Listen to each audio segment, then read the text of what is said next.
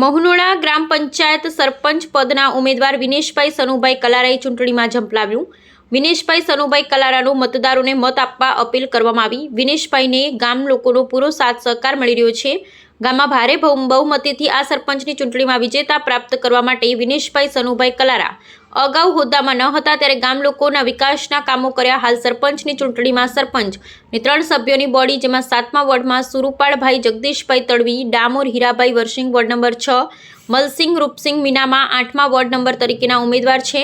ત્યારે મારા ગામના મતદાર ભાઈઓ બહેનો મારું નિશાન છે ટેબલના નિશાન પર તારીખ 22/6/2025ના રોજ મારા નિશાન પર સિક્કો મારી વોટ આપી અપાવી મને ને મારા વોર્ડના સભ્યોને જંગી ભારે બહુમતીથી પવિત્ર મત આપી વિજય બનાવશો તેવો સરપંચ પદના ઉમેદવાર વિનેશભાઈ સનુભાઈ કલારાએ સરપંચ પદની ચૂંટણીમાં ઘરે ઘરે ચૂંટણી પ્રચાર શરૂ કર્યો। Bureau report Chandubhai Mohaniya. મહુનોડા ગ્રામ પંચાયત શ્રી કલારા વિનેશભાઈ સનુભાઈ ઉમેદવાર તરીકે ફોર્મ ભર્યું છે।